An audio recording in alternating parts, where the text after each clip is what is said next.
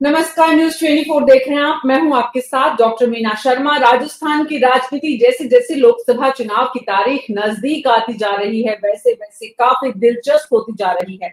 Banswara Lok Sabha seat पर लगातार Congress party की कशमकश परेशानी जो थी वो अब तक बनी हुई है। पहले कांग्रेस पार्टी अलायंस करना चाहती थी, अलायंस पर समझौता पर बात नहीं बनी। उसके बाद पार्टी ने अपना कैंडिडेट उतार दिया। कैंडिडेट स्थानीय कार्यकर्ता लगातार मांग करते रहे कि उन्हें चुनाव लड़ना है। जब चुनाव लड़ने का समय आया तो पार्टी ने कैंडिडेट के ऐलान के बाद बाप से समझौता कर दिया और बाप से समझौता करने के बाद पार्टी ने अपने कैंडिडेट को ऐलान एक तरह से आदेश दिया कि आप अपना नामांकन वापस लें। कैंडिडेट ने नामांकन वापस लेने के बजाय अपना फोन बंद करना जरूरी समझा और आखिरकार पार्टी को उन्हें पार्टी से बाहर का रास्ता दिखाना पड़ा। आलाकमान ने उन्हें पार्टी से बाहर कर दिया है। सवाल यह है कि बांसवाड़ा को लेकर कांग्रेस पार्टी ने अपना वही रवैया जो कांग्रेस पार्टी के हर फैसले में और रीति नीति में रिफ्लेक्ट होता है, क्यों दिखाया? क्यों कांग्रेस पार्टी अपने स्थानीय नेताओं कार्यकर्ताओं को साथ लेकर इस मुद्दे पर समय से कोई तस्वीर साफ नहीं कर पाई? अगर ये रणनीति भी थी तो इस तरह की रणनीति से आज जो फजीयत हो रही है उसका फायदा बीजेपी के महेंद्रजीत सिंह मालवीय, जो कि दरअसल कांग्रेस पार्टी से ही आए हैं, उन्हें कितना होने वाला है और राजकुमार रोध के लिए अब संभावनाओं के रास्ते कितने ज्यादा खुल गए हैं। अगले 1 घंटे हमारे खास मेहमानों के साथ इसी पर विस्तार से चर्चा करेंगे। हमारे साथ कृष्ण कुमार जानू जी बीजेपी के प्रवक्ता है, राजकुमार शर्मा जी कांग्रेस से, दीपक श्रीमाली बांसवाड़ा से वरिष्ठ पत्रकार, मृदुल पुरोहित बांसवाड़ा से वरिष्ठ पत्रकार, राजेंद्र उपाध्याय जी डूंगरपुर से वरिष्ठ पत्रकार हमारे साथ जुड़े हैं, मुनेश अरोड़ा, डॉक्टर मुनेश अरोड़ा उदयपुर से हमारे साथ हैं, वेद माथुर जी अजमेर से हैं और राजीव तिवारी जी जयपुर से। आप सभी का बहुत बहुत स्वागत है। तो शुरुआत में दीपक श्रीमाली जी आपसे ही करना चाहती हूँ। बांसवाड़ा की तस्वीर इस वक्त जो नजर आ रही है, आप इस वक्त कांग्रेस पार्टी के कार्यकर्ताओं का वहां पर जो हाल है, जो स्थिति है, कांग्रेस पार्टी के इस फैसले पर अभी जो फैसला है वो, और इससे पहले जितनी पिछले 1 महीने में जिस तरह से एक दिन आगे बढ़ा, कांग्रेस का हाल बांसवाड़ा में क्या है?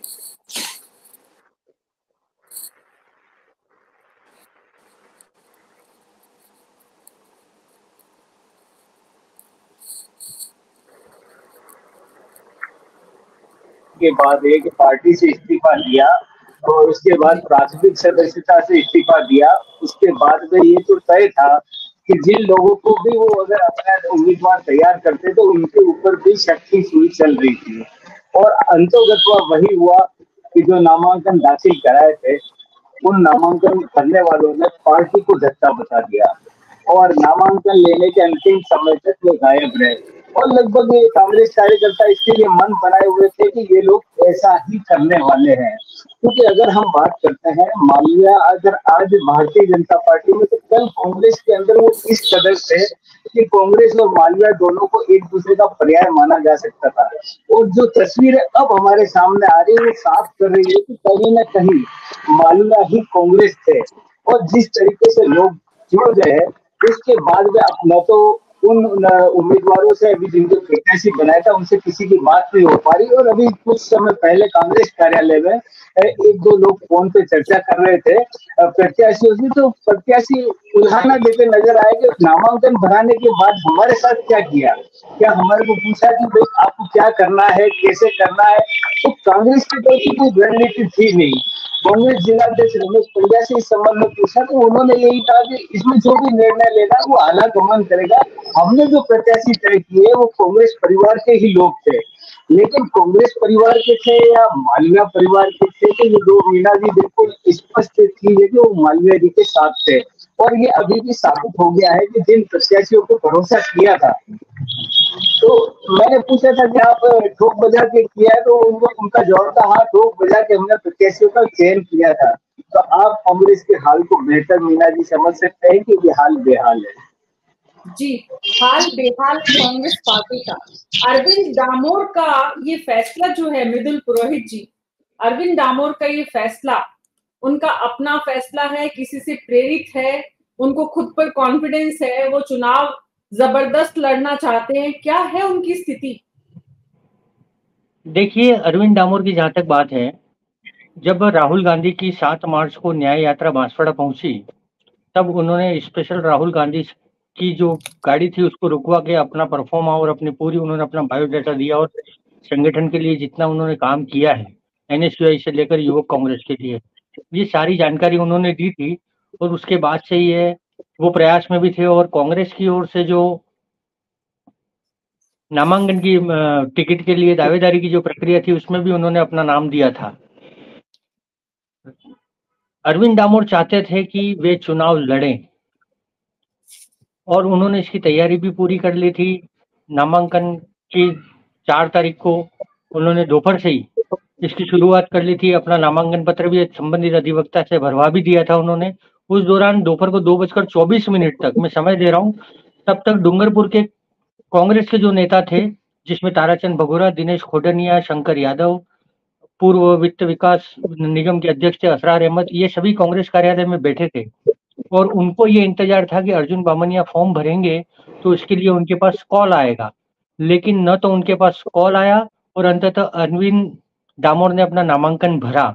उसके बाद अगले दिन वे डूंगरपुर जाते हैं और वह वागड़ गांधी वाटिका में उन्होंने अच्छी बैठक की जिसमें भगोरा और सबने उनका सहयोग किया। ऐसे में कांग्रेस को चाहिए था कि अरविंद डामोर को वे चुनाव मैदान में खड़ा रखते, लेकिन न बाप पार्टी से समझौते की जो रंधावा जी ने जो एक्स पर जो संदेश दिया, उसके बाद ये साफ हो गया था कि अरविंद डामोर चुनाव लड़ना चाहते हैं, लेकिन पार्टी गठबंधन चाहती है और एक युवा चेहरे को मौका नहीं मिल रहा है। तो ऐसे में अगर अरविंद डामोर के बारे में बताइए जरा कि कितनी उनकी कैपेसिटी, कितनी उनकी मतदाताओं को अपने साथ लाने की क्षमता, कितना समय से वो लोगों के बीच में जा रहे थे, सिर्फ लोकसभा चुनाव है तब, या यूथ कांग्रेस से उनकी जो परफॉर्मेंस है वो कांग्रेस पार्टी को मजबूत करने में एक अपनी किस तरह की जिम्मेदारी निभा सकते थे? अरविंद डामोर की मां स्वर्गीय श्रीमती सीता डामोर नगर परिषद से लगातार पार्षद रही और एक शहरी क्षेत्र में आदिवासी मतदाताओं में भी उनका काफी कुछ होल्ड रहा। एनएसयूआई में जब अरविंद डामोर थे तो ये कहा जा सकता है कि बांसवाड़ा में हरदेव जोशी कन्या महाविद्यालय में एनएसयूआई का जो पैनल बनता है उसमें सबसे महत्वपूर्ण भूमिका अरविंद डामोर की ही रही है। पिछले 5 से 7 वर्षों से लगातार एनएसयूआई का कैंडिडेट गर्ल्स कॉलेज में जीतता रहा, वो अरविंद डामोर की बदौलत जीतता रहा। और जब युवक कांग्रेस से वो जुड़े उसमें भी उनके साथ काफी कुछ युवा थे जो शहर के थे, चूंकि वो आदिवासी हैं, शहरी क्षेत्र में आदिवासियों की संख्या कम है, लेकिन फिर भी उनका जो सर्कल था वो काफी कुछ था और वो युवा चेहरे थे। आजादी के बाद पहली बार कोई ऐसी स्थिति बनी थी कि 32 वर्ष का युवक कांग्रेस की तरफ से चुनाव लड़ने वाला है, लेकिन कांग्रेस ने इस युवा चेहरे को अवसर नहीं दिया और गठबंधन में इस सीट को दिया, जिसका खमियाजा अब कांग्रेस को ही भुगतना पड़ेगा। जी राजकुमार शर्मा जी, 2 बातें बड़ी ही यहाँ पर विरोधाभासी है। आपने बाप के साथ अलायंस करने में देर की या सोची समझी रणनीति के तहत आपने अलायंस की बात को देर से अनाउंस किया?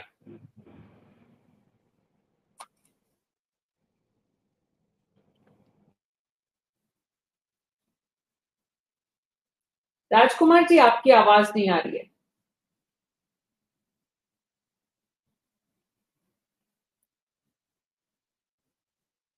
राजकुमार जी इंटरनेट की परेशानी से जूझ रहे हैं। दीपक श्रीमाल जी, मैं एक बार आपके पास वापस आऊंगी, उसके पास कृष्ण कुमार जानू जी, वेद माथुर जी, आपके पास आती हूँ। दीपक श्रीमाल जी, कांग्रेस पार्टी का ये जो फैसला है, ये फैसला देर से लिया गया फैसला है या फैसला पहले ले लिया गया और इसकी सूचना जानकारी लोगों को देर से दी गई? जी सबसे बड़ी बात है, अगर वर्तमान एआईसीसी सदस्य पूर्व सांसद ताराचंद भगोरा की बात की जाए तो उन्होंने पार्टी ने जब फैसले की बात की थी, गठबंधन की बात की थी, तभी उनका बयान आया था, उन्होंने विरोध किया था। तो यहाँ साफ है कि कांग्रेस पार्टी इस मामले में एक मत नहीं थी। गठबंधन को लेकर तरह तरह के विचार चल रहे थे और विचार में कांग्रेस जन कभी एक मत हो ही नहीं पाए हैं और एक मत हो नहीं पाए। अगर ये फैसला जल्दी भी लेते तो निश्चित रूप से जब एआईसीसी का सदस्य ही बोल रहा है, उसका विरोध कर रहा है, तो बाकी लोग तो करेंगे ही करेंगे। तो ये तय था, तो ये अगर जल्दी भी कर लेते तो उसको स्वीकार नहीं करते, क्योंकि आप बाप पार्टी और दो चीजें हमारे सामने तस्वीरें साफ है कि अगर मालवीय के ऊपर गद्दारी का आरोप लगाते हैं तो अगर राजकुमार रोत को देखा जाए तो वो भी बीटीपी छोड़ के उन्होंने बीटीपी के निर्देशों का उस समय उल्लंघन किया जब गहलोत सरकार को बचाना था, तो तब उन्होंने पार्टी का विरोध किया। उसके बाद में उन्होंने बाप पार्टी ज्वाइन कर दी। तो आज स्थिति ये कि आदिवासी युवा भी एक सवाल खड़ा कर रहा है कि यहाँ जब हम लोगों की बात हुई थी एक आदमी एक ही बार चुनाव लड़ेगा, तो राजकुमार रोज 2 बार विधायक बन गए। सबसे बड़ी बात यह कि अगर उनको अपने आप पे भरोसा आता तो विधानसभा से इस्तीफा दे देते। उन्होंने अभी इस्तीफा नहीं दिया, राजकुमार जी रोत ने तो इस्तीफा नहीं दिया और सांसद का चुनाव लड़े। तो क्या बाप पार्टी के अंदर दूसरे युवा के लिए एक दबी हुई सी आवाज कहीं ना कहीं आपको सुनाई दे रही है? आप रणनीति को भी मीना जी इसके हमको समझना पड़ेगा, क्योंकि जो मालवीय जी की सभा हुई थी और या उसके बाद अभी हाल ही में 2 दिन पहले सागवाड़ा के अंदर एक बहुत बड़ा विशाल सम्मेलन हुआ, तो एक रणनीति उन्होंने तैयार करी कि आम आदमी तक हमारी बात को पहुंचाई जा सके। तो इसलिए तो साफ एक कांग्रेस में ही तैयार नहीं थी। अगर ये जल्दी भी कर लेते तो आपको निश्चित रूप से कांग्रेस जनों को विरोध का सामना करना पड़ता। कांग्रेस जनों को वो बात से गठबंधन कभी स्वीकार नैतिक रूप से नहीं कर पाए। मीना जी जी, तो एक तरफ कांग्रेस पार्टी अपने ही कैडर को साथ नहीं ले पाई, दूसरी तरफ अलायंस के साथ समझौते में देर हुई और तीसरी बात उनकी ही पार्टी का वरिष्ठ नेता उनको छोड़कर चला गया। तो किसी भी राजनीतिक दल के लिए इससे खराब स्थिति हो नहीं सकती है। अब जब इस खराब स्थिति में कांग्रेस पार्टी है, लेकिन इस विपरीत परिस्थिति में खुद को बाहर निकालने के लिए बाप के नीचे खड़ा होना पड़ा, एक तरह से बाप के साथ जाने के लिए। डॉक्टर मुनीश अरोड़ा, सवाल ये है कि कांग्रेस और बाप मिलकर, जो यहाँ पर दीपक श्रीमाल जी ने इस बात कही है कि आदिवासी समाज के युवा भी इस बात को अब करने लगे हैं कि जिस आधार पर भारत आदिवासी पार्टी का जन्म हुआ, जिस बुनियाद पर कि युवाओं को मौका मिले, लेकिन वहां युवाओं को मौका नहीं मिलकर सिर्फ एक राजकुमार रौत अपना ही राजनीतिक भविष्य संवारने में लगे हुए हैं। वो बीटीपी से चुनाव पहला लड़े और अशोक गहलोत के साथ आने के लिए उन्होंने पार्टी की बात नहीं मानी। अब वो विधायक से सांसद का चुनाव लड़ रहे हैं। हालांकि एक बात ये कही जा रही है कि पार्टी ने ही फैसला किया कि राजकुमार रोत को चुनाव लड़ाया जाए। डॉक्टर मुनीश अरोड़ा, ऐसे में जो परिस्थितियां बन रही हैं वो महेंद्रजीत सिंह मालवीय के लिए कैसी है?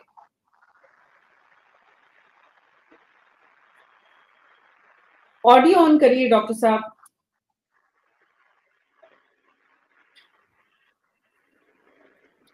आवाज आई? जी जी।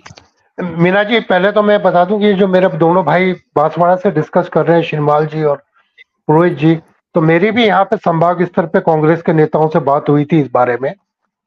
कांग्रेस की दुविधा ये रही कि बाप जो कांग्रेस से समझौता खाली राजस्थान के लिए नहीं करना चाह रही थी, वो एमपी के आदिवासी क्षेत्रों के लिए और गुजरात के आदिवासी क्षेत्रों के लिए भी करना चाह रही थी। तो जो गुजरात की सीटें हैं और जो एमपी की सीटें हैं वो कांग्रेस छोड़ने को तैयार नहीं हो रही थी। तो जो लिंगर होने हुआ वो इस वजह से हुआ। जैसा कि आपको पता है कि मेरे साथी ने बताया कि लास्ट मोमेंट तक अर्जुन बामनिया का नाम चल रहा था, उसके बाद नाम आया उनका। तो ये जो बातें हुई है वो कांग्रेस के अंदर जो अंतर्द्वंद चला वो बाहर बाप के साथ जो गुजरात और मध्य प्रदेश को लेकर के था उसकी वजह से ज्यादा चला बनिस्पत अंदर की वजह से। जहां तक आपका दूसरा सवाल है महेंद्रजीत सिंह मालवीय को क्या प्रभाव पड़ेगा इस पे, महेंद्रजीत सिंह मालवीय के लिए तो ये स्थिति सुगत होती जा रही है क्योंकि अभी तक कांग्रेस पूर्ण रूप से बाप के साथ नहीं है। अगर पूर्ण रूप से साथ होती तो कांग्रेस एकजुट होकर कांग्रेस के पुरानी साथी की जड़ काटती। उनको पता है महेंद्र सिंह मालवीय के एरिया कौन कौन से हैं। हालांकि एक बात बता दूं मीना जी मैं कि 15.7% वोट वहां माउंटेन वोट भी है। एसटी का वोट है, एससी का वोट है, उसके साथ वो वोट 15%, 7% वोट जो कि मालवीय का एक गढ़ था, वो अब उनसे छिटकेगा, वो अब उनको नहीं मिलेगा। क्योंकि इस समय जो स्थिति पूरे देश में चल रही है और जो हम लोगों ने बातें की हैं कि जो अपोजिशन का वोट है वो तो खुल के बात कर रहा है, मगर जो मोदी फेवरर के लोग हैं वो अभी तक खुल के सामने नहीं आ रहे हैं। जिस तरह से खुल के अब उनको आना चाहिए था सामने, फील्ड में बातें होनी चाहिए। अभी आपको ऐसा नहीं लगेगा जहां जहां चुनाव हो रहे हैं वहां से वो खुलकर बातें कर रहे हैं या चुनाव पर खुलकर बातचीत हो रही है। तो इसलिए मैं ये कह सकता हूं कि जो अभी महेंद्रजीत मालवीय की स्थिति है वो वहां पे वो अच्छी है, मगर क्योंकि अभी आज ही अभी ये हुआ है, उनको निकाला गया है, उन्होंने कांग्रेस से भरा था, उनको अभी 1 घंटा पहले उनसे पार्टी से निष्कासित किया गया। तो अब इसके क्या इम्पैक्ट आएंगे वो तो अभी 2-4 दिन में पता लगेंगे कि वो क्या एक्टिव होके काम करते हैं क्या नहीं। अरविंद दामोर को पार्टी से तो निकाल दिया गया है, लेकिन चुनावी मैदान में उनकी स्थिति, राजकुमार शर्मा जी, अभी तो नामांकन वापस लिया नहीं है, कांग्रेस पार्टी के वो कैंडिडेट नहीं है, तो चुनावी स्थिति उनकी क्या रहेगी? एक तो सवाल ये है, और दूसरा सवाल ये है कि वो आपकी पार्टी का मतलब जो कैडर है, पार्टी का कैडर है, उसे कितना तोड़ पाएंगे, आपसे दूर ले जा पाएंगे? देखिए मीना जी, कांग्रेस पार्टी बड़ा परिवार है। कांग्रेस पार्टी को कोई एक नेता तोड़ नहीं सकता है। बांसवाड़ा लोकसभा सीट से कांग्रेस पार्टी ने अरविंद दामोर जी को अपना अधिकृत प्रत्याशी घोषित किया था, और बागडोगरा की जो उपचुनाव वाली सीट है वहां कपूर सिंह जी को घोषित किया था। कल आला कमान ने तय किया कि बाप पार्टी के साथ हमारा वहां उन दोनों सीटों पर कोलैबोरेशन रहेगा, और पार्टी ने इन दोनों नेताओं को आदेश दिया कि आप आज 3 बजे तक अपना नाम वापस लें। इन दोनों नेताओं ने अपना नाम वापस नहीं लिया, इसलिए इनको पार्टी गति विरोधियों के एक्शन के तहत 6 साल के लिए पार्टी से निष्कासित किया गया है। और लेकिन चूंकि उनका नामांकन दर्ज हो चुका है कांग्रेस पार्टी के बैनर तले, तो टेक्निकली रूप से तो वो कागजों में कांग्रेस पार्टी को उम्मीदवार दिखाई देंगे। लेकिन कांग्रेस पार्टी का ये मानना है, कांग्रेस पार्टी का कल ही ऐलान हो चुका था कि कांग्रेस पार्टी अपना समर्थन बाप पार्टी को देती है, और हम बाप पार्टी के साथ मिलकर भारतीय जनता पार्टी के जो उम्मीदवार महेंद्र सिंह मालवीय है और बागडोगरा से जो उपचुनाव हो रहा है उसमें भारतीय जनता पार्टी देंगे, और दोनों यानी हमारा गठबंधन जीतेगा। राजकुमार शर्मा जी, आप भी पार्टी के एक कार्यकर्ता हैं, नेता हैं, प्रवक्ता हैं। आप जब देखते हैं कि आपकी पार्टी के आपके साथी जो कार्यकर्ता हैं, नेता हैं, उनके साथ इस तरह का व्यवहार होता है कि आपने पहले उनको आदेश दिया आप कैंडिडेट से अपना सामने जाके नामांकन कर दीजिए, अब आप उनको आदेश दे रहे हैं आप वापस ले लीजिए, तो उस राजनेता की जो स्थानीय राजनीति करता है उसकी भी तो अपनी कोई अस्मिता और स्थिति होगी, उसका भी तो अपना कोई जनाधार होगा, उसकी भी तो अपनी कोई जवाबदेही होगी। मीना जी, कांग्रेस पार्टी मैंने पहले भी कहा बड़ा परिवार है, और बड़े परिवार की अस्मिता ज्यादा जरूरी है वनस्पत किसी पर्टिकुलर व्यक्ति की। निश्चित तौर पे कांग्रेस पार्टी के जो 2 हमारे उम्मीदवार घोषित हमने किए थे, अच्छे इंसान है, अच्छे कार्यकर्ता है, अच्छे नेता है, वो एक अलग पार्ट है। लेकिन जब पार्टी ने आदेश दे दिया कि आपको बैठना है तो बैठना है, पार्टी ने आदेश दे दिया आपको खड़े होना है तो फिर खड़े होना है। अगर कोई व्यक्ति पार्टी के खिलाफ जाता है तो उसके खिलाफ कार्रवाई होती है। ये इसका कार्रवाई हुई है, इसका ये मतलब नहीं है कि वो खराब नेता हो गए। नेता दोनों अच्छे नेता है और पार्टी उनको बनाएगी, और नेताओं के खिलाफ जब कार्रवाई होती है, अच्छे नेताओं के खिलाफ जब कार्रवाई होती है राजकुमार शर्मा जी, तो पार्टी का अच्छा कैसे होगा, सवाल ये है। और यहाँ पर सब कुछ पार्टी का अच्छा करने के लिए पार्टी रणनीति बना रही है। राजेंद्र उपाध्याय जी हमारे साथ डूंगरपुर से जुड़े हैं, कृष्ण कुमार जी और वेद माथुर जी, प्लीज मैं उसके बाद आपके पास आऊंगी।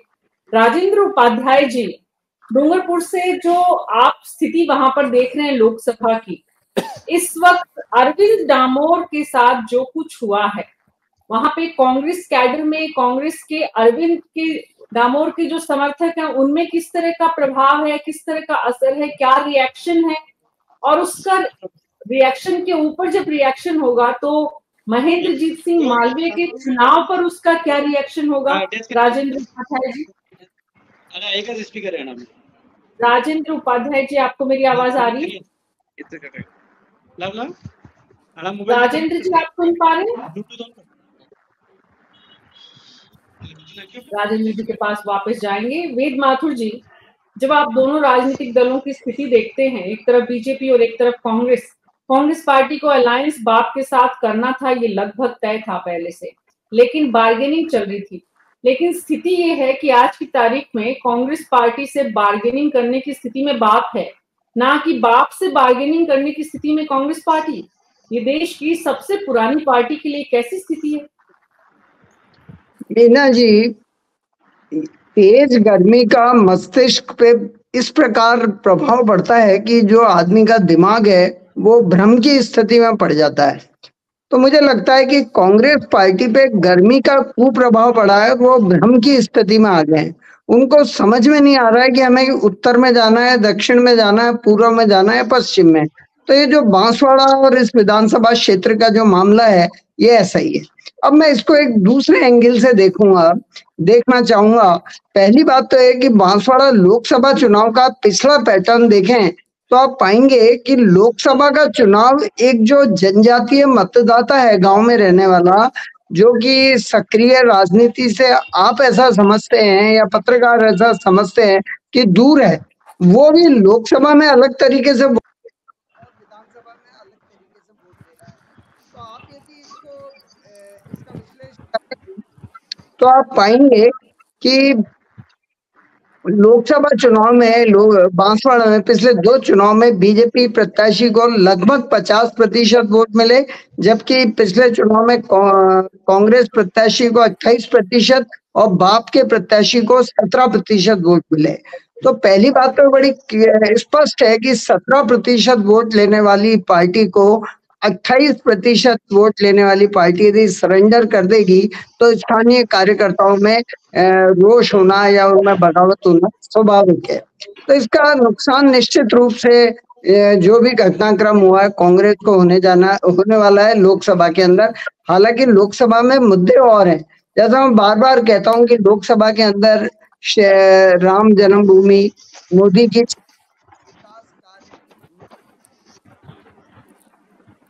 माथुर साहब, आपके ऑडियो में वीडियो में दोनों में प्रॉब्लम आ रही है, प्लीज आप इसको सेटल कर लीजिए, कहीं बैठ जाइए, कैमरा को मूव बहुत मेरे एक्चुअली लाइव चली गई मैम, तो मैं कंक्लूड करके जाना चाहूंगा। लाइव चली गई थी, मैं जस्ट कंक्लूड कर रहा हूँ। तो मेरा ये कहना है कि जो राष्ट्रीय मुद्दे हैं वो हावी रहेंगे, जिनमें राम जन्मभूमि, मोदी का मुद्दा है, विकास का मुद्दा है, महेंद्र मालवीय जी की अपनी फॉलोइंग है, इवन पेपर लीक का भी कुछ प्रभाव लोकसभा चुनाव पड़ेगा, क्योंकि भाजपा की जो नई सरकार है उसने काफी कुछ कार्रवाई की है पेपर लीक करने वाले लोगों के खिलाफ। तो लोकसभा चुनाव मुझे एक तरफा होता हुआ नजर आ रहा है। अब बात आती है विधानसभा चुनाव की। देखिए, विधानसभा चुनाव के मुद्दे दूसरे होते हैं। अब पिछली बार महेंद्रजीत सिंह ने जो विधानसभा चुनाव जीता था उन्हें 45% वोट मिले थे, जबकि बाप के प्रत्याशी को 27% और बीजेपी तीसरे नंबर पे थी, 20% वोट मिले थे। अब मेरा एक पिछला अनुभव ये कहता है कि जब जब कोई दल बदल करता है तो उसकी विश्वसनीयता मतदाता के सामने खतरे में पड़ जाती है। आप उत्तर प्रदेश में दारा सिंह का उदाहरण लें, जिन्होंने कई चुनाव जीते, लेकिन उन्होंने त्याग पत्र देके विधानसभा से जब दोबारा बीजेपी से चुनाव लड़ा तो चुनाव हार गए, अभी उनको विधान परिषद में लेना पड़ा। तो ये जो उपचुनाव है ये इस बात का एक टेस्ट होगा कि महेंद्रजीत सिंह मालवीय की उस क्षेत्र में कितनी पकड़ है, क्योंकि जो अभी मौजूदा कैंडिडेट हैं बीजेपी के वो मालवीय जी के ही शिष्य हैं। तो आप ये समझ सकते हैं कि विधानसभा का उपचुनाव भी मालवीय ही लड़ रहे हैं, तो वहां देखना दिलचस्प होगा। मैं चूंकि उस विधानसभा क्षेत्र में नहीं गया हूं इसलिए कह नहीं सकता, लेकिन ये निश्चित है कि ये जो भ्रम की स्थिति बन रही है इसका लाभ अंततोगत्वा बीजेपी को मिलेगा।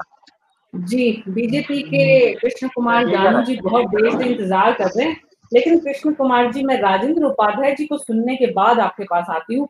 तो राजेंद्र उपाध्याय जी, डूंगरपुर में बैठकर जब आप इस पूरे हालात को देख रहे हैं तो कांग्रेस पार्टी के भीतर की जो जितनी भी लड़ाई झगड़ा है बाप के साथ अलायंस होने के बाद भी, ये जो दोनों मिलकर यानी कांग्रेस और बाप मिलकर बीजेपी के महेंद्रजीत सिंह मालवीय को कितनी चुनौती दे पाएंगे राजेंद्र उपाध्याय जी? मैं बात करता हूँ। मेरा ऐसा कहना है कि जो भाई साहब जो मुद्दे बता रहे थे, पेपर लीक का मामला है, राष्ट्रीय मुद्दे हैं, मेरा ये अनुभव रहा है कि हर चुनाव में पैसा सबसे बड़ा मुद्दा होता है। चुनाव में कौन कितना पैसा खर्च करता है, और जो भी प्रचार करने वाले जो क्षत्रप होते हैं वो जिस पार्टी से पैसा अच्छा मिलता है उस पार्टी का प्रचार करते हैं, भले वो बीजेपी का हो या कांग्रेस का हो, या तो चुप होके बैठ जाते हैं। अगर पैसा मिलता है तो उस पार्टी के लिए काम करते हैं, और ये क्षत्रप ही माहौल बनाते हैं। अब देखना यह है कि दोनों राजनीतिक पार्टियां कितना कितना पैसा इन चुनावों में खर्च करती है। बाकी मुद्दे तो सब गौण हो जाते हैं साहब, राम जन्मभूमि और ये मुद्दे तो शहरी क्षेत्रों में लागू होते हैं, ग्रामीण क्षेत्रों में इसका कोई असर होता नहीं है। आजादी के 75 साल हो गए करीब। जी बोलिए। अब 75 साल हो गए, अब मतदाता बड़ा होशियार हो गया है, क्योंकि चुनाव जीतने के बाद बहुत कम प्रत्याशी क्षेत्र में जाते हैं या जन समस्याओं के प्रति अपनी जागरूकता दिखाते हैं या उन लोगों के काम करते हैं। बहुत बड़ा इन जो चुनाव जीतने वाले, चाहे विधानसभा का चुनाव हो या लोकसभा का चुनाव हो, केवल वो ट्रांसफर करने की, चाहे वो किसी भी राजनीतिक पार्टी का सदस्य रहा हो, केवल स्थानांतरण के माध्यम से वो पैसा कमाना और ये ठेके पे देने के माध्यम से पैसा कमाना, इन जनप्रतिनिधियों का यही काम रह गया है। मेरे अनुभव ये कहते हैं कि राजकुमार रोत, राजेंद्र उपाध्याय जी, राजकुमार रोत ने युवाओं को बड़े सपने दिखाए हैं।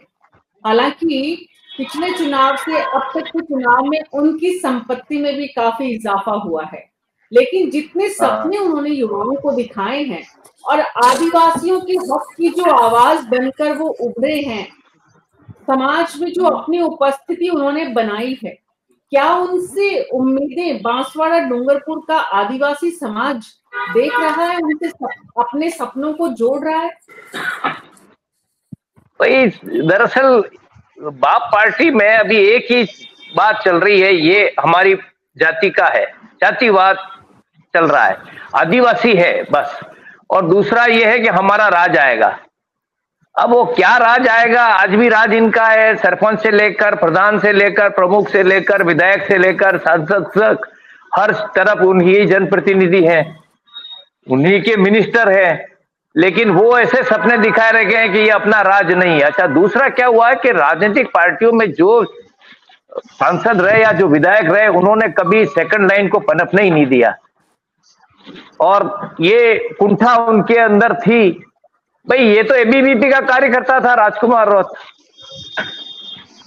इनको कभी अवसर ही नहीं देने दिया। राजनीतिक जो भी पार्टी के जो आका थे, मिनिस्टर थे या विधायक बने, वो किसी को भी मौका देना चाहते नहीं। तो ये सब कुंठाएं एक साथ भर चुकी थी और फिर यूथ डाइवर्ट हो चुका है। हमारा राज आएगा, जातिवाद बहुत भयंकर हो चुका है। अब क्या राज आएगा क्या नहीं, ये तो हम भी नहीं समझ पा रहे हैं। ये तो कब संभव हो पाएगा, जो ये चाहते महाराष्ट्र और दाहोद और गुजरात को मिला के एक राज्य बनाया जाए, अब ये कैसे संभव है, अब ये तो यही जाने साहब। जी राजेंद्र जी, क्योंकि आप वहां पर हैं, करीब से स्थितियों को देख रहे हैं, और आपने बहुत ही बेहतरीन तरीके से बताया कि दरअसल सोच क्या है, राजनीति क्या है और युवा आगे बढ़ किस बुनियाद पे रहा है। कृष्ण कुमार जानू जी, बहुत बहुत शुक्रिया पेशेंस के लिए। कृष्ण कुमार जानू जी, कांग्रेस युक्त बांसवाड़ा में बीजेपी अपने चुनाव को महेंद्रजीत सिंह मालवीय के कंधों के सहारे कितना आगे निकालने की तैयारी कर रही है? मीना जी, भारतीय जनता पार्टी हर चुनाव को अपनी स्ट्रेटजी और रणनीति को गंभीरता से लागू करती है। बांसवाड़ा के चुनाव की दृष्टि से भी पार्टी ने चुनाव अधिसूचना जारी होने के साथ ही प्लान कर लिया था, और इसीलिए वहां से कांग्रेस के बड़े नेता महेंद्रजीत मालवीय भारतीय जनता पार्टी के दरवाजे पर आए, पार्टी में शामिल किया, और वहां चुनाव जीतने के लिए क्या करना चाहिए वो सब किया जा रहा है। कांग्रेस वहां दिग्भ्रम की स्थिति में है, उसे खुद को समझ में नहीं आ रहा है कि उसको बाप के साथ समझौता करना चाहिए कि नहीं करना चाहिए। वहां के स्थानीय नेता विरोध कर रहे हैं, बड़े नेता उसमें कोई लाभ ढूंढ रहे हैं। वास्तविक स्थिति यह है कि जिस प्रकार के मुद्दों पर ये क्षेत्रीय पार्टियां, जातिवादी पार्टियां बन रही हैं, वो जिस विजन को लेकर युवाओं को सपने दिखाकर स्थापित होना चाहती हैं, वैसा तो कुछ संभव होता दूर दूर तक दिखाई नहीं देता। कांग्रेस ने अभी अपने जिस उम्मीदवार को फार्म भराने के बाद वापस लेने का आदेश दिया है, अब कांग्रेस के नेता कांग्रेस के काबू में नहीं है, कांग्रेस के सिंबल पर वहां पर अरविंद डामोर चुनाव लड़ रहे हैं और उनको मतदाताओं को कांग्रेस कहेगी और वो शिफ्ट हो जाएंगे। नेता उसका कहना नहीं मान रहे, मतदाता मान लेंगे, ये कोरी कल्पना है। वहां का कुल मिलाकर जो राजनीतिक सिनेरियो है उसमें राजकुमार रोत के खिलाफ भी आदिवासी पार्टियों में और युवाओं में आक्रोश है, क्योंकि राजकुमार रोत ने उनके द्वारा स्थापित जो नियमावली थी कि एक आदमी एक ही चुनाव लड़ेगा, उसका उल्लंघन किया है। वह खुद को बार बार प्रेजेंट कर रहा है, 2 बार विधायक बन गया, अब सांसद भी खुद बन रहा है। इस बात का आदिवासी युवाओं में भी आक्रोश है और यही बात इस बात का संकेत है कि भारतीय जनता पार्टी वहां अपनी रणनीति के तहत, योजना के तहत, संगठन और संगठन के समर्थित कार्यकर्ताओं की ताकत पर, जैसा सारे के सारे पैनलिस्ट इशारा दे रहे हैं, चुनाव जीत रहे हैं। दीपक श्रीमाल जी, कृष्ण कुमार जानू जी ने बताया कि महेंद्रजीत सिंह मालवीय बीजेपी के दरवाजे पर आए। जब महेंद्रजीत सिंह मालवीय बीजेपी के दरवाजे पर आए तो कांग्रेस के कितने जनाधार को अपने साथ ले पाए, कांग्रेस का कितना वोटर और कांग्रेस के कितने नेता और महेंद्रजीत सिंह मालवीय की जैसे ही बीजेपी के दरवाजे पर दिख रहे हैं अब आपको वहां पर ग्राउंड पे।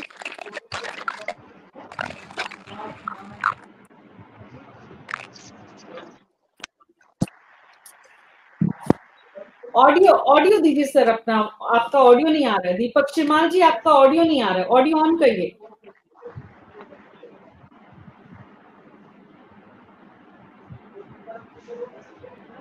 हेलो, आ रही है मीना जी आवाज? हाँ जी बोलिए। जी मीना जी, तो मैं ये बता रहा था कि मालवीय जी बीजेपी के दरवाजे पे नहीं गए। आप अगर सिनेरियो को एक से एक देखते जाएंगे तो जब मोदी जी बेड़ेश्वर धाम आए थे और अच्युतानंद महाराज से जो उनकी चर्चा हुई थी, उसके बाद में ये रणनीति तैयार हुई है। तो दरवाजा खटखटाने नहीं गए मालवीय जी को भाजपा में तो मुझे ले लिया जाए। और सबसे बड़ी बात थी जब नेता प्रतिपक्ष बनाने की, एक तरह से उनको पूरा आश्वस्त कर दिया था कि नेता प्रतिपक्ष आपको बनाया जाएगा। और 2, 3, 4 भाषणों में जहाँ जो कांग्रेस के कार्यक्रम हुए थे मीना जी, उसमें स्पष्ट रूप से उन्होंने पूरे आत्मविश्वास से कहा था कि मैं नेता प्रतिपक्ष भी बहुत जल्दी निर्णय होने वाला है। वो निर्णय हुआ नहीं, तो वो दरवाजा खटखटाया नहीं गया था। मालवीय जी की जरूरत थी भाजपा को भी।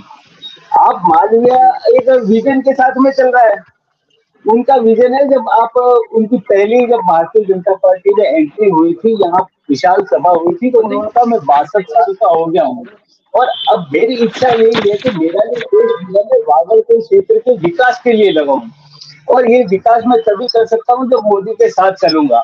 आज तो वो प्रभाव कहीं ना कहीं मीना जी आपको दिखाई देगा। कांग्रेस जब आप पूछ रहे कांग्रेस का तो हाल आपके सामने जो रोज एक तरीका आता है जिसको आप लोगों ने प्रत्याशी बनाया, इतनी कांग्रेस टूटने के बाद, इतने पदाधिकारियों को इस्तीफे देने के बाद में 2 आदमियों का आपने चयन किया लोकसभा प्रत्याशी के लिए, विधानसभा उपचुनाव प्रत्याशी के लिए, वो भी आपकी पार्टी को दत्ता बता रहे हैं या आपके निर्देशों को नहीं मान रहे। और सबसे बड़ी बात है, आप एआईसीसी के सदस्य ताराचंद गोगोरा पूर्व सांसद, वो खुद कह रहे हैं कि आपसे समझौता नहीं हो सकता। तो ये कहीं ना कहीं आपको सारी मक्खड़ जाल नजर आता है हमारे को, एक मकड़ी की तरह ये जाला बना हुआ है। तो मालवीय के जाने का प्रभाव तो आपको दिख रहा है। कांग्रेस पदाधिकारियों ने हो सकता है इस्तीफे दे दियो, इतनी चोट लगने के बाद भी आपने जिन प्रत्याशियों का चयन किया है वो प्रत्याशी आपकी बात नहीं मान रहे, तो कौन सी कांग्रेस की बात की जाए। सबसे बड़ी बात एक और हमारे काफी कह रहे थे अभी, गुजरात और मध्य प्रदेश में भी इसका प्रभाव किया ये है। तो निश्चित रूप से राजकुमार रोत की जो नामांकन रैली थी उसमें वहां के लोग सम्मिलित हुए, लेकिन महेंद्र मालवीय का आप इतिहास देखेंगे तो उन्हें गुजरात का भी प्रभावी बनाया गया, प्रभारी बनके उन्होंने कई चुनाव गुजरात में भी जीता है। और खुद महेंद्र मालवीय ने अपने चुनाव लड़ते हुए राजस्थान के अन्य क्षेत्रों में भी उस समय दौरे किए थे, कई प्रत्याशियों की विजय के लिए वे आगे बढ़े थे उन क्षेत्रों के अंदर जाके। तो आप निश्चित रूप से मान के चलिए, एक तो ये कि वो दरवाजा खटखटाने नहीं गए थे, जरूरत भाजपा को भी उनके जैसे नेता की थी। और सबसे बड़ी बात एक और चीज उभर के आई कि आदिवासी क्या सोचता है या नहीं सोचता है। तो आज जो आदिवासी युवा है, और सबसे बड़ा एक जो आंदोलन चला था मीना जी यहाँ पे साक्षरता का, वो साक्षरता का आंदोलन चलने के बाद में स्थितियां ये बनी कि आज यहाँ का आदिवासी बच्चा डॉक्टर भी है, एक दो लोग IAS IPS तक भी पहुंचे हैं। तो एक बदलाव की जो प्रक्रिया चलती निश्चित रूप से चल रही है। इसको आप ये नहीं मान सकते कि आदिवासी नहीं मान सकता है या आदिवासी बच्चा समझ नहीं रहा है। आदिवासी युवाओं के अंदर अभी आप देखेंगे कि जो जागृति का एक बहुत बड़ा पैमाना आगे बढ़ गया है। चाहे वो रक्तदान का हो, चाहे वो राजनीति का हो, चाहे वो शिक्षा के क्षेत्र का हो, आपको हर जगह आज PhD धारकों की हम लोग बात करेंगे तो उस बात में भी आपको दिखेगा कि आदिवासी बच्चा वहां पर भी है। तो वो एक चीज जो है कि एक सीन बनाया जाता है कि आदिवासी ऐसा नहीं है। जो पढ़ा लिखा है, समझदार है, वो सारी चीजों को अपनी पैनी नजर रख रहा है और इसी पैनी नजर का परिणाम है कि वो उन चीजों को समझता है जिसको हम नहीं समझ पाते या हम कुछ लोग उजागर करते हैं और उसके बाद हम समझ जाते हैं कि सारे के सारे ऐसे हैं। ऐसा नहीं है। आज जो बदलाव आ रहा है आदिवासी क्षेत्र में, जो शिक्षा का प्रभाव चल रहा है, आप उसको कहीं रोक नहीं सकते। जो प्रतिभाएं दिखा रहे हैं, आप तीरंदाजी का क्षेत्र ले लो या कोई भी क्षेत्र ले लो, वहां पर आपको एक से बढ़ के एक नजर आएगा। आज क्रिकेट है तो क्रिकेट में भी आदिवासी बच्चा आ रहा है, अवसर उसको अब मिले हैं और ये सारा खेल हुआ है 1990 के बाद से। 1990 से पहले की स्थिति ये थी, जब हम खुद जाते थे पत्रकारों को जाते विधानसभा की समितियां यहाँ आती थी, तब उनको ये लगता ये था कि इस आदिवासी क्षेत्रों में तो तीर कमान वाले लोग होंगे। तो वो एक जो सीन बना रखा है वो गलत तरीके का सीन था। थोड़ा सा अतीत में, क्योंकि समय कम है, लेकिन फिर भी मैं आपको बता देता हूँ, हम लोगों ने हृदय जोशी का जमाना भी देखा है। तो बांसवाड़ा विधानसभा सीट जो बनी हुई थी, उस विधानसभा सीट को भी 3 हिस्सों में काट के बनाया गया था। और कांग्रेस का आप इतिहास देख लो, 17 साल तक जो कांग्रेस का अध्यक्ष रहा था, सांसद रहा था, जिला प्रमुख रहा था प्रभुलाल रावत, उसको भी कांग्रेस छोड़नी पड़ी। एक था वो जिला प्रमुख जो जिसे मिनी चीफ मिनिस्टर कहते थे, पवन कुमार रोकड़िया, उसको भी कांग्रेस छोड़नी पड़ी, बागी बनके उन्होंने भी चुनाव लड़ा। तो कांग्रेस का जो आपको इसलिए बता रहा हूँ कि कांग्रेस की ये परंपरा रही है। एक और तो परिवार बहुत बड़ा है, तो वो परिवार तो आप काटते काटते काटते इस हद तक ले आए हो कि परिवार के लोग ही आपके पास नहीं है। आप जो प्रत्याशी आपका अगर आपकी बात नहीं मानता है तो आप किस परिवार की बात करते हैं? मीना जी, मेरी आप सबसे हम्बल रिक्वेस्ट है, जिनको सवाल पूछा जा रहा है और जो मेहमान बोल रहे हैं, उसके अलावा बाकी सभी अपना ऑडियो बंद रखें ताकि उनको हम ठीक से सुन पाए। मृदुल पुरोहित जी, दीपक श्रीमाल जी कांग्रेस पार्टी की जो स्थिति बता रहे हैं, बीजेपी का जो हाल बता रहे हैं कि बांसवाड़ा डूंगरपुर में हालात ये था कि किसी भी पार्टी को इस लोकसभा चुनाव से पहले किसी भी पार्टी को ये विश्वास नहीं था कि वो चुनावी मैदान में अपने उम्मीदवार को एक तरफा जिताकर ले जाएंगे। इसलिए बीजेपी ने रणनीति के तहत महेंद्रजीत सिंह मालवीय को अपने साथ लाने में सफलता पाई। महेंद्रजीत सिंह मालवीय बीजेपी की जरूरत थे, ना कि महेंद्रजीत सिंह मालवीय बीजेपी के दरवाजे पर आए। ये बात साफ हो गई। अब सवाल ये है कि महेंद्रजीत सिंह मालवीय जब बीजेपी के दरवाजे पर नहीं आए और बीजेपी की जरूरत है और वहां के कद्दावर नेता हैं, और जैसा कि हमारे साथी राजेंद्र उपाध्याय जी ने बताया कि बांसवाड़ा डूंगरपुर के चुनाव में, वैसे तो पूरे देश के चुनाव में पैसे की बहुत बड़ी भूमिका होती है, लेकिन यहाँ आदिवासियों के बीच में जो भी राजनेता पैसा जितना खर्च करता है वो भी काफी अहम भूमिका निभाता है। सवाल ये मृदुल पुरोहित जी कि राजकुमार रोड के खिलाफ आदिवासियों में कि वो दूसरे नेता का इस वक्त मौका आ सकता था, दूसरे युवा नेता को अवसर मिल सकता था, उन्होंने नहीं दिया। क्या कोई ये चर्चा का विषय है? देखिए, मैं 2-3 बातें कहूंगा। जैसा कि दीपक जी ने कहा कि भारतीय जनता पार्टी में महेंद्रजीत सिंह मालवीय नहीं गए, लेकिन भारतीय जनता पार्टी की एक खोज बड़े आदिवासी नेता के रूप में महेंद्रजीत सिंह मालवीय के भाजपा में शामिल होने के साथ पूरी हुई। दूसरा, राजेंद्र जी उपाध्याय ने कहा था कि आदिवासी परंपरागत और जो उन्होंने बातचीत कही और ये वोटों का झुकाव है, उसका एक जातिगत समीकरण की बात कर रहे थे उपाध्याय जी। मेरा ये मानना है कि जातिगत विषय जो था वो अभी भी कुछ हद तक है, काफी हद तक है, यूं भी मान सकते हैं। लेकिन इसमें मैं अपनी बात ये कहना चाहूंगा कि जातिगत आधार पर चुनाव लड़ा जा रहा है, ये राजेंद्र जी का कहना है, लेकिन सारे वोट जातिगत आधार पर बनी पार्टी को नहीं जा रहे हैं। आप वनवासी कल्याण परिषद को देखिए, सरस्वती विद्या मंदिर से जुड़े हुए और निकले हुए बच्चों को देखिए, भारतीय जनता पार्टी के एसटी कार्यकर्ताओं को देखिए, पदाधिकारियों को देखिए।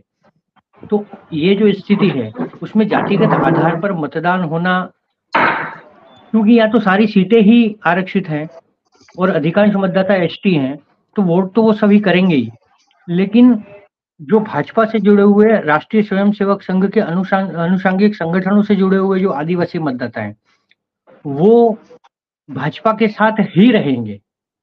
इसमें ठीक आप 1% आधा % इधर उधर होना मान सकते हैं। और जहां तक राजकुमार रोत को टिकट देने के बाद बीएपी में जो नाराजगी है, तो राजकुमार रोत के चयन के लिए बताया जा रहा है कि कुछ दिनों पहले उनके नामांकन के पहले डूंगरपुर जिले में एक बैठक हुई जिसमें 3-4 नाम दिए गए। उन 18-20 लोगों को ही बुलाया गया था, इन 8 विधानसभा क्षेत्रों से चयनित लोगों को, और उनसे किसी एक नाम पर टिक करने के लिए कहा गया और अंततः बाद में राजकुमार रोत का नाम फाइनल हुआ।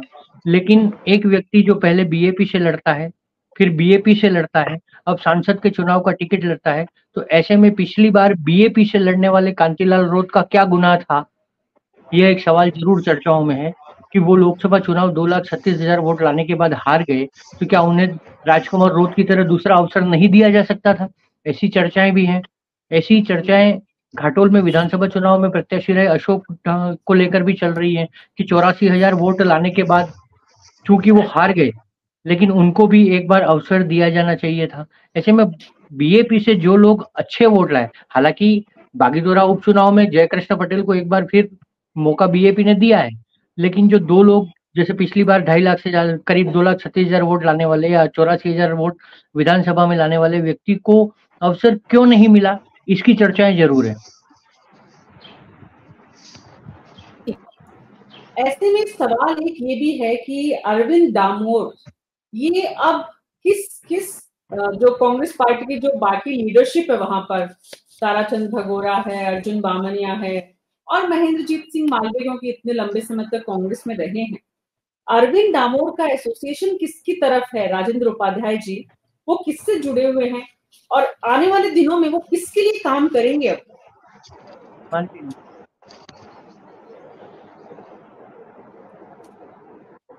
राजेंद्र जी अपना ऑडियो ऑन कर लीजिए प्लीज। हाँ प्लीज। अरे ऑडियो ऑन करके ठीक है अब बोलिए अब ठीक है। देखिए, कांग्रेस का जनाधार डूंगरपुर में बहुत अच्छा माना जाता है, किसी जमाने में बांसवाड़ा में भी बहुत अच्छा माना जाता था। अब ये जो कांग्रेस का जो प्रत्याशी कांग्रेस कर्मियों ने खड़ा किया है वो इस बाप पार्टी से समझौते से नाराज लोग का मतलब कार्यकर्ता है, उनको ये समझौता पसंद नहीं आया। अगर कांग्रेस इस प्रकार से अपने कहना चाहिए कि बाप पार्टी के सामने सरेंडर कर देती है तो कांग्रेस को तो जनाधार ही समाप्त हो जाएगा। एक दृष्टि से कांग्रेस का प्रत्याशी कांग्रेस की जमीन को बचाए रखने का प्रयास कर रहा है। जीत तो दूर की बात है, जीत तो बाप पार्टी और बीजेपी के बीच में ही हो रही है लड़ाई, उनमें से कोई जीतेगा जी। लेकिन कांग्रेस तो कांग्रेस तीसरी स्थिति पर है। मृदुल पुरोहित जी ऑडियो ऑन करिए। मृदुल जी मैं ये कहना चाह रहा हूँ कि कांग्रेस की अगर ये स्थिति थी कि वे गठबंधन के बिना नहीं रह सकते, तो गठबंधन तो इस आधार पर भी अपनी शर्तों के आधार पर कांग्रेस कर सकती थी, क्योंकि देश की सबसे पुरानी पार्टी है वो, और इस बांसवाड़ा लोकसभा क्षेत्र में 12 बार इसके प्रत्याशी जीते हैं। वो अपनी इस शर्त पर भी गठबंधन कर सकती थी कि कैंडिडेट चाहे तुम्हारा हो लेकिन सिंबल हमारा हो, लेकिन कांग्रेस ने इस ओर भी ध्यान नहीं दिया, जैसा कि लोकसभा में 1999 में हुआ था।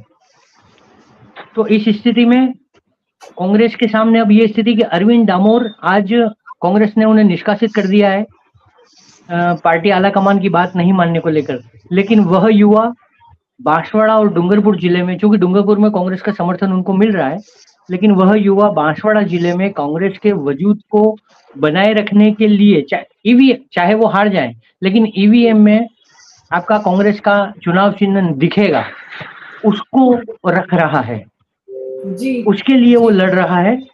और चाहे हार हो या जीत, तो उसे भी मालूम है कि पहली बार, अब तक वो कभी भी किसी भी प्रकार का, चाहे नगर परिषद क्षेत्र में रहते हैं, वो पार्षद का चुनाव भी नहीं लड़े हैं।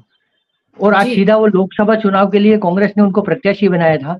तो ऐसे में वो व्यक्ति पहली बार चुनाव लड़ रहा है। हार या जीत एक भविष्य के गर्भ में है, और संभावना ये भी है कि वो जीत नहीं पाए। लेकिन डॉक्टर उमेश अरोड़ा, तीसरी स्थिति पर है कांग्रेस पार्टी, और कोई नई बात हम चर्चा नहीं कर रहे हैं। चर्चा सिर्फ इस बात की हो रही है कि अरविंद डामोर के साथ जो कुछ हुआ, उसके बाद उनके पास रास्ता क्या है। मीना जी, एक चीज बहुत स्पष्ट बता दूं मैं, ये जो इतनी भी डिस्कशन अपन कर रहे हैं, कांग्रेस का जो अपर लेवल है, एआईसीसी या जो वहां सोचने वाले हैं, उनके लिए हर सीट इंपॉर्टेंट है, चाहे वो समझौते से आए चाहे कैसे भी आए, क्योंकि इस समय विपक्ष के लिए मरण वाली स्थिति है। वो लोकल लेवल पे जिंदा होना मरने पे नहीं ध्यान दे रही, उसके लिए एक एक सीट इंपॉर्टेंट है, वहां अस्तित्व का सवाल चल रहा है। अगर कांग्रेस बीजेपी 400 पार हो गई तो ये सब सीटें जो जाएंगी वो बीजेपी कांग्रेस को नुकसान पहुंचाएंगी। कांग्रेस अपने अस्तित्व की लड़ाई लड़ रही है। और मैं आपको थोड़ा सा और बैक में ले जाता हूं, क्योंकि मैंने बहुत क्लोज से देखा इस सीट को, और मैं कई बार गया भी हूं। 1952 में सबसे पहले यहाँ से भीखाबाई चुनाव लड़े थे, और उसके बाद दोबारा वो चुनाव लड़े, भोगीलाल पंड्या यहाँ से चुनाव लड़े। और मीना जी, एक चीज और बता दूं, 1989 में जब जनता दल बना था, तब यहाँ से हीरा भाई चुनाव जीते थे। तो बांसवाड़ा का जो डूंगरपुर का जो वोटर है बहुत समझदार है, उसने जनता दल की लहर में जनता दल को जिताया था। और इसके साथ साथ बांसवाड़ा डूंगरपुर में जो रोड की बात कर रहे हैं या आप बात कर रहे हैं, उपाध्याय जी ने जो बात कही थी, वहां पे बिलिस्तान की बात चल रही है। पूरे इस क्षेत्र में राजस्थान का कुछ हिस्सा और वो मिलाकर एक बिलिस्तान अलग प्रदेश की बात चल रही थी, क्योंकि मैं भीखाबाई के क्लोज रहा। भीखाबाई जब लास्ट टाइम जयपुर से एज ए मंत्री निकले और उदयपुर आए, तो वो लास्ट खबर मेरी ही पड़ी थी, उन्होंने पंजाब केसरी की, रात को 11 बजे उनकी डेथ हुई थी। वो मेरे काफी क्लोज थे, मैं उनके साथ कई जगह यात्राओं पे गया हूँ, और मैंने बहुत नजदीक से आदिवासी क्षेत्र को देखा है। तो जो आदिवासी क्षेत्र की जो मुख्य समस्या है, जैसे यहाँ का रिजर्वेशन मिला ही नहीं, सारा रिजर्वेशन आपका दौसा और उधर के लोग ले गए, यहाँ के मीना तो तरसते रह गए। ये एक लंबी लड़ाई थी यहाँ पे। आज भी यहाँ के रिजर्वेशन में पूरे लोग आ ही नहीं सके। अगर उतना रिजर्वेशन बांसवाड़ा डूंगरपुर को मिल जाता तो वो तो आज कहीं पहुंचते। अभी भाई बता रहे थे श्रीमाल जी के 1 या 2 बने आईएएस, मैं उनको भी जानता हूं, मगर उनकी स्थिति क्या है, उनको अभी पूरा सम्मान उतना आदिवासियों को नहीं मिला। और सबसे बड़ी बात मीना जी एक बता दूं, बांसवाड़ा डूंगरपुर और उदयपुर का जो क्षेत्र है, सबसे ज्यादा रेवेन्यू देने वाला क्षेत्र है। मिनरल के कारण से सबसे ज्यादा रेवेन्यू जाता है, और इनको मिलता क्या है डेवलपमेंट के नाम पे। हालांकि माई आई है, माई के आने के बाद भी पानी यहाँ के लोगों को पूरा नहीं मिल रहा, वो गुजरात में चला जाता है बह करके पानी सारा, उसके लिए लड़ाई लड़ रहे हैं लोग। मीना जी, इस समय सबसे बड़ी जो समस्या पूरे इस क्षेत्र की है, जो महेंद्र जी सिंह मालवीय के लिए कहा जा रहा है कि वो इधर से इधर आए, यही महेंद्र जी सिंह मालवीय थे, राजकुमार रोत को लेके आए थे। राजकुमार रोत को लाने वाले, पार्टी को बचाने के टाइम पे रमीला खड़िया को कौन लेके आया था हेलीकॉप्टर से जाकर? यही लोग तो लाए थे। और महेंद्र जी सिंह मालवीय को पार्टी ने क्या नहीं दिया, एआईसीसी के मेंबर थे, अब उससे बड़ा कोई पद नहीं हो सकता। एआईसीसी सर्वोच्च पद है, सीडब्ल्यूसी के मेंबर थे वो, उसके बाद वो छोड़ के चले गए, तो वो दरवाजे पे गए या नहीं गए वो एक अलग इशू हो सकता है। मगर ये इशू तो बहुत साफ है कि भारतीय जनता पार्टी वहां पे जनाधार की तलाश में थी, और वो जनाधार उनको मालवीय के रूप में मिला, इसमें कोई सम नहीं है। वनवासी क्षेत्रों में आरएसएस बहुत अच्छा काम कर रहा है, वो एक वाला। मगर एक बात मीना जी और बता दूं, ऐसी भी खबरें आई थी कि यहाँ पर नक्सलवादियों के कैंप भी खुले थे आदिवासी क्षेत्रों में, हालांकि वो खबरें बाद में दब गई थी, नक्सल प्रभावित क्षेत्रों की और उसकी, और वहां से लोग भी आए थे और उस तरह की खबरें भी काफी उठी थी। मगर जो आज स्थिति है, भारतीय जनता पार्टी इन अपने मालवीय की वजह से काफी अच्छी स्थिति में है। और ये जो कांग्रेस के ने जो हालात पैदा किए हैं लास्ट मोमेंट तक, राजकुमार डामोर को अगर सपोर्ट कर देती तो वो बहुत क्लियर कट आगे निकलते। जी, तो ऐसे में कांग्रेस के हाथ में आया हुआ गेम क्या वापस निकल गया है? इस तरह की स्थिति नजर आ रही है राजकुमार शर्मा जी। मीना जी, गेम तो कांग्रेस पार्टी के पास पहले भी था, आज भी है। कांग्रेस पार्टी ने अपनी रणनीति के तहत बाप पार्टी को समर्थन दिया है। ये बात बिल्कुल ठीक है कि हमारे जो कांग्रेस के अधिकृत उम्मीदवार थे उन्होंने हमारा कहना नहीं माना, लेकिन आप निश्चिंत रहें, कांग्रेस पार्टी का बागीदोरा का तमाम कार्यकर्ता और बांसवाड़ा लोकसभा का तमाम कांग्रेस का कार्यकर्ता वो बाप पार्टी को समर्थन करेगा, राजकुमार रोत को समर्थन करेगा, उनकी पार्टी को समर्थन करेगा और भारतीय जनता पार्टी को शिकस्त देगा। मैं आपके चैनल पे अभी फिर स्पष्ट कर रहा हूं, नोट कर लीजिएगा, दोनों की दोनों सीटें कांग्रेस पार्टी से समर्थित पार्टी बाप पार्टी जीतने जा रही है। भारतीय जनता पार्टी कितना ही जोड़ लगा ले, कितनी जोड़ बाकी गणित लगा ले, दोनों सीटें हम जीतने जा रहे हैं। जी, मानते हैं आपकी बात को, क्योंकि आप कांग्रेस के प्रवक्ता है और आपकी जिम्मेदारी भी है, लेकिन ग्राउंड की हकीकत सुनना भी आपकी, जिस तरह की स्थितियां इस वक्त आपको नजर आ रही है। दीपक श्रीमाल जी, सवाल ये है आपकी, एक तरफ महेंद्रजीत सिंह मालवीय हैं जिनके पास सत्ता का बल है, क्योंकि बीजेपी का अपना जो इस वक्त जो भी मोदी लहर, जो भी ताकत, उनका खुद का धन बल की जो ताकत, उनके पास इतने लंबे समय से गुजरात के प्रभारी रहे और जो उन्होंने अपना नेटवर्क बनाया उसकी ताकत। दूसरी तरफ राजकुमार रोत हैं जिनके साथ कांग्रेस पार्टी का कैडर कितना जाएगा और कितना नहीं जाएगा। अरविंद डामोर कितने वोट अपने पक्ष में ले पाएंगे और क्या वो अभी टिके रह पाएंगे, या अरविंद डामोर का क्या होगा, मतलब उनके साथ कितना वोट बैंक इस वक्त आप देख रहे हैं। और एक सवाल जो मैंने पहले पूछा था वो मैं आपसे फिर जानना चाहती हूँ कि दरअसल अरविंद डामोर किस ग्रुप को रिप्रेजेंट करते हैं स्थानीय राजनीति में, उनकी जो बैठक है, और उससे भी क्योंकि उनका चुनाव आते आते जो रुझान है वो किस तरफ बढ़ेगा वो भी समझ में आएगा। जी मीना जी, सबसे पहले मैं स्थिति साफ कर दूं, आपने पूर्व मुख्यमंत्री हरदेव जोशी का नाम सुना होगा। 3 बार वो राजस्थान के मुख्यमंत्री रहे, लेकिन बात आई थी कांग्रेस का जन आधार शुरू से मजबूत रहा है। लेकिन उस जमाने में भी मीना जी 5 विधानसभा क्षेत्रों में से 3 विधानसभा क्षेत्रों पर मामा बालेश्वर दयाल जिस आदमी के ऊपर हाथ रख देते थे वो आदमी जीत जाता था। तो जन आधार आप समझ सकते हैं कि किस तरीके का है, लोगों की यहाँ की मानसिकता किस तरीके की है, क्योंकि वही मानसिकता थी जो मामा बालेश्वर दयाल ने जिस किसी के ऊपर हाथ रख दिया वो जीतता था, 100% जीतता था, उसको कोई रोक नहीं पाया है। तो ये सबसे बड़ी चीज थी। अब अरविंद डामोर की बात करें और यहाँ के मतदाताओं की बात करें, निश्चित रूप से वो युवा है और कांग्रेस के लिए अभी कांग्रेस ने उनको निष्कासित कर दिया, लेकिन सिंबल किसके पास है मीना जी? सिंबल तो आज भी अरविंद डामोर के पास में है और उस सिंबल को लोग वोट देने वाले हैं। मेरे कहने से या किसी और के कहने से वोट नहीं देने वाले। जब हाथ का सिंबल उनके सामने आने वाला है तो निश्चित रूप से, और इसका सबसे बड़ा फायदा, क्योंकि जो कंफ्यूजिंग वाली स्थिति हो गई थी कि जब नेता खुद ही बयान दे रहे कि बाप से समझौता हो ही नहीं सकता, इसको बर्दाश्त नहीं किया जाएगा, ये नेताओं के, कांग्रेस नेताओं के बयान थे। तो अब वो नेता किस तरीके से जनता के बीच में जाएंगे कि नहीं साहब आप बाप को दे दो, हाथ को, मतलब क्या कोई कांग्रेसी कह सकता है कि हाथ को आप छोड़ देना?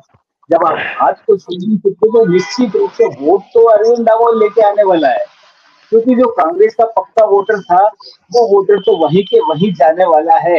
हाँ, जो लोग इधर उधर होते थे हाथ नहीं होने की स्थिति में, उनकी बात अलग है, लेकिन हाथ है जहां मौजूद, तो कांग्रेस के आज भी कई लोग ऐसे मौजूद है जिन्होंने ताउम्र कांग्रेस को वोट दिया और आज भी वो कांग्रेस को वोट देने वाले हैं। और अगर आप व्यक्तिगत तौर पर देखें तो अरविंद डामोर का परिवार, तो इन्हीं कांग्रेसियों ने उनको भी प्रताड़ित किया। उनकी माताजी जो 6 बार तक लगातार 6 बार अलग अलग वार्डों से पार्षद बनी, जुझारू नेता थी, उनके पति का ही ट्रांसफर कर दिया गया था। तो ये कांग्रेस के राज में ही हुआ था। और वर्तमान में जो जिला अध्यक्ष है रमेश जी पंड्या और ये ताराचंद जी भगोड़ा, उस समय विधायक और सांसद हुआ करते थे। तो वो परिवार भी कहीं ना कहीं पीड़ाएं झेल चुका है। अभी हाल ही में उन्होंने जब एक अपनी माता जी की प्रतिमा रखी थी, सीता डामोर की प्रतिमा, तो उस प्रतिमा के अनावरण के समय में भी बहुत अच्छे अच्छे लोग वहां पर आए थे। तो निश्चित रूप से वो प्रभाव को आप कम नहीं आ सकते। और जहां तक हाथ है, हाथ को छोड़ के कांग्रेस वाला आदमी दूसरे को वोट देगा, ये संभव नहीं है मीना जी।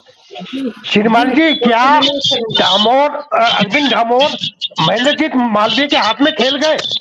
ये जो फोन बंद हुआ, इसका क्या अर्थ है? क्या महेंद्रजीत सिंह मालवीय के हाथ में अरविंद डामोर खेल गए ताकि राजकुमार रोध को हराया जा सके?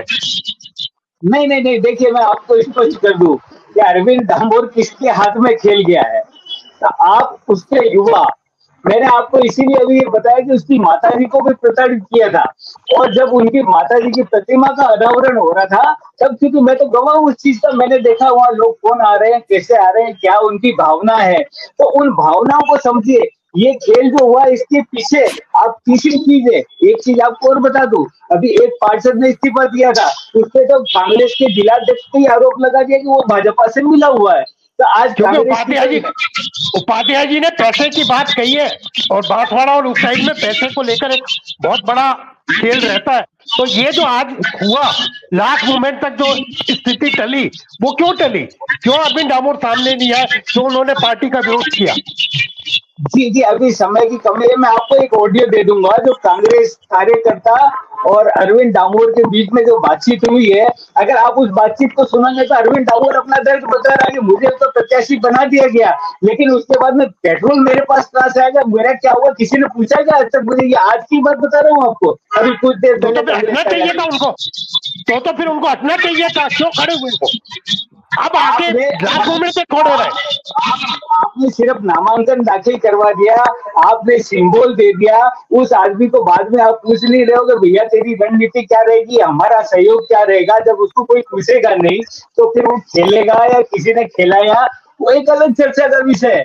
लेकिन बात सामने आ ही गई ना, यही तो मैं चाह रहा था, अरविंद डामोर किसके हाथों खेले जाएंगे, चर्चा का विषय तो यही है। यही बांसवाड़ा के चुनाव को और ज्यादा दिलचस्प बनाएगा। तो कृष्ण कुमार जानू जी बड़ा मुस्कुरा रहे हैं। दीपक जी बोलिए। मीना जी, सबसे बड़ी बात यह है कि अभी हाथ किसके पास है? अरविंद डामोर। तो अरविंद डामोर के तो वही हाथ है। जी मीना जी। जी, तो मृदुल पुरोहित जी, डॉक्टर मुनेश अरोड़ा जो देख रहे हैं कि अरविंद डामोर महेंद्रजीत सिंह मालवीय के हाथों खेले तो नहीं जाएंगे?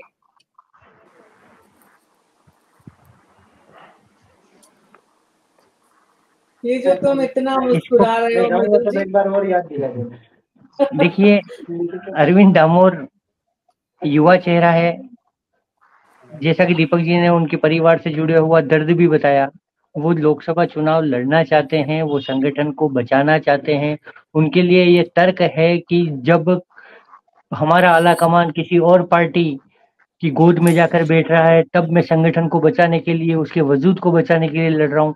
ऐसे में किसी के साथ में जाकर खेलने वाली बात तो इसको मैं नहीं मानता हूँ। और जहाँ तक बात उनकी 3 बजे तक की पहुँचने की है या नहीं है, तो वो यही चाह रहे होंगे। क्योंकि मैं व्यक्तिगत संपर्क उनसे नहीं हुआ, 2-2:30 बजे तक उनको लगातार कॉल किए थे कि कहाँ है, क्या है, लेकिन उनसे बातचीत नहीं हुई। लेकिन वे यही है कि आला कमान और कांग्रेस पार्टी को तो वो तब बचाएंगे ना जब आला कमान और कांग्रेस पार्टी उन्हें अपनी मानेगी। लेकिन एक बात, सवाल ये है। जी बोलिए मृदुल जी, फटाफट अपनी बात पूरी करिए। हाँ, बस एक बात ये कहना चाह रहा था कि अरविंद डामोर के पास में ईवीएम में हाथ का निशान है, और डूंगरपुर में अगर कांग्रेस के लोग जो परंपरागत रूप से कांग्रेसी वोटर्स हैं, वो अगर कांग्रेस के चुनाव चिन्हों को देखकर मतदान करते हैं, तो इसका लाभ मालवीय को जरूर मिलेगा। मालवीय को इसका लाभ जरूर मिलेगा। तो यही तो सवाल था। 1 घंटा पूरा लग गया यहाँ तक पहुंचने में। कृष्ण कुमार जानू जी, रणनीति आपकी पूरी सेट है? जी बिल्कुल मीना जी, भारतीय जनता पार्टी अपनी रणनीति बहुत पहले बनाती है और बहुत आराम से उसे लागू करती है। ये सारा विषय जो है, महेंद्रजीत मालवीय को किस प्रकार भाजपा में लाया जाए, दरवाजे पे बुलाया जाए या किसी को दूसरे को माध्यम बनाकर उनको इस बात के लिए प्रेरित किया जाए, सारी रणनीति बड़े योजना से बनी और बड़े इत्मीनान के साथ वो भाजपा में आए, प्रत्याशी बने, पहली सूची में बने, और तब से अब तक की जो सारी गणित है, कांग्रेस का सिंबल भी जिंदा रहेगा, बाप का अंतर्विरोध भी जिंदा रहेगा, और भाजपा की विजय इसी में से निकल कर आने वाली है। जबरदस्त, जबरदस्त, काफी दिलचस्प रोमांचक मुकाबला देखने को मिलेगा बांसवाड़ा में। महेंद्रजीत सिंह मालवीय के लिए अरविंद डामोर कितना कर पाते हैं ये भी देखेंगे। राजकुमार रोध के खिलाफ भारत आदिवासी पार्टी में भीतर से जो विरोध हो रहा है वो कितना असर महेंद्रजीत सिंह मालवीय की जीत में पहुंचाएगा वो भी देखेंगे। कांग्रेस की अंदरूनी कलह से कांग्रेस की आज जो ये हालत हुई है उसका क्या परिणाम होगा वो भी देखने को मिलेगा। जय जोहार की जीत होगी या राम मंदिर के निर्माण का मुद्दा काम करेगा, या फिर जैसा कि राजेंद्र उपाध्याय जी ने बताया बांसवाड़ा में धन बल सबसे बड़ा मुद्दा होता है। तो देखते जाइए लोकसभा चुनाव की तस्वीर। हमारे साथ न्यूज़ 24 पर आप सबका बहुत बहुत शुक्रिया इस चर्चा में शामिल होने के लिए। लोकसभा की तस्वीरें आगे भी आप देखते रहिए। कल शाम 6 बजे फिर मिलेंगे, तब तक के लिए नमस्कार।